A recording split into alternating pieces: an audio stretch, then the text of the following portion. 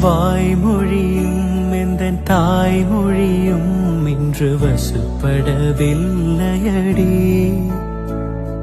வயிற்றுக்கும் தொண்டைக்கும் உருவமில்லா ஒரு உருண்டையும் உருளுதடி. காத்திருந்தால் எதிர்பார்த்திருந்தால் ஒரு நிமிஷமும் வருஷமடி. கண்கள் எல்லாம் என்னை பார்ப்பது போல் ஒரு கலக்கமும் தோன்றுதடி. இது சொர்க்கமா நரகமா சொல்லடி உள்ளபடி. நான் வாழ்வதும் விடை கொண்டு போவதும் உன் வார்த்தையில் உள்ளதடி.